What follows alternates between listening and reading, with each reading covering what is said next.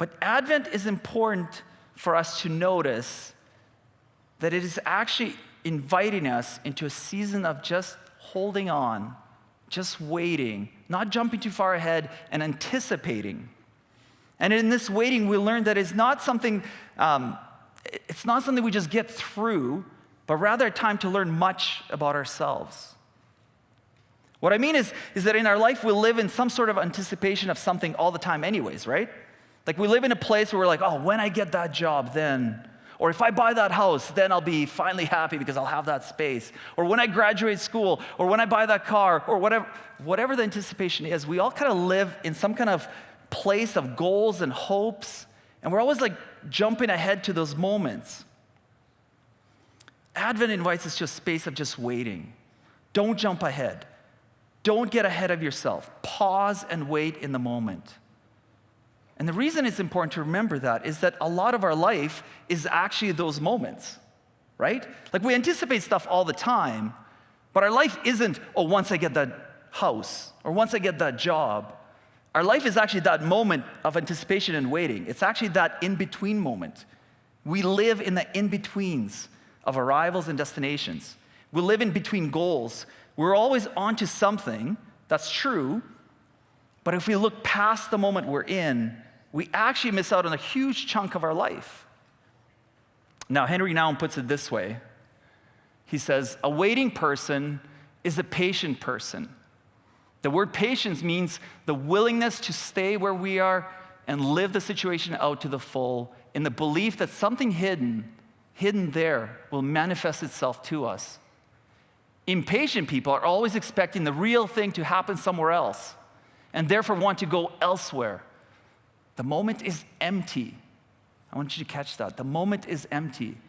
But patient people dare to stay where they are. Patient living means to live actively in the present and wait there. Waiting, then, is not passive.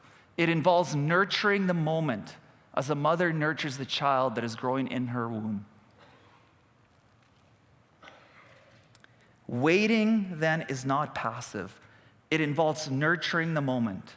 I love that idea of waiting and being in the moment is actually an active moment of nurturing. In the waiting, we experience the full reality of life. We're not missing the moment by hoping for something else and just wishing we teleport to that place where we have the new job, the new car, the new whatever. We live in seasons. We divide our year based on natural seasons with changing weather. We divide seasons based on our sports, right? We divide seasons even how we travel, our age, our hopes, our stages of development. We are seasoned people. And certainly maturity is learning to live in a season, even in a very hard season. But it's also a season that reminds us that we need to hope. And I know this will sound maybe paradoxical here, what I'm saying, like wait, don't jump ahead, but hope. Yes, waiting in the moment does require hope. Now, Hebrew has few words for hope. There's more than two, but the two that are usually used in this context is yahal, which simply means to wait for someone or something, or kavah, which brings a sense of tension, expectation while you wait. It's almost like, to use kavah, it's almost like a string that's so tightly wound and it's just being pulled till it bursts. It's kind of that anticipation, that kind of wait. And life is filled with both of these kind of hopes. You see, without anticipation and hope, we can find actually our moments to be very tedious and meaningless, especially when it's very hard. Advent is a reminder of waiting, listening, and paying attention, and hoping. And yet hoping with attention to the past and present, and living in the moment fully, expecting in Advent that God will speak to us, that we will actually experience God in the moment of our waiting, while we actively observe that God will show up. So the beginning of the New Testament begins with Matthew's account of Jesus' genealogy, starting with Abraham and running through a lot of other biblical names that are kind of funny and goofy. And like if you get like kids to say them out loud on stage, like nobody can ever pronounce them right. So it's kind of fun and kind of weird. But it's this whole family tree that leads to Jesus. Why is it there?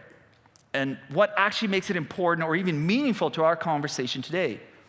Well, this is written to anchor Jesus' story in the history of Jewish people, right? That's our starting point here. That's why it's there. To confirm God's promises in the past that he had made to his people, and to say now, today, these promises are coming true. What this genealogy also shows us, this is the line of people who had been expecting and waiting on the arrival of a promise that was given first to Abraham, that through him he'll be a blessing to many nations, and later to David, that a Messiah, a hope for the nation, a hope for the world would come through them.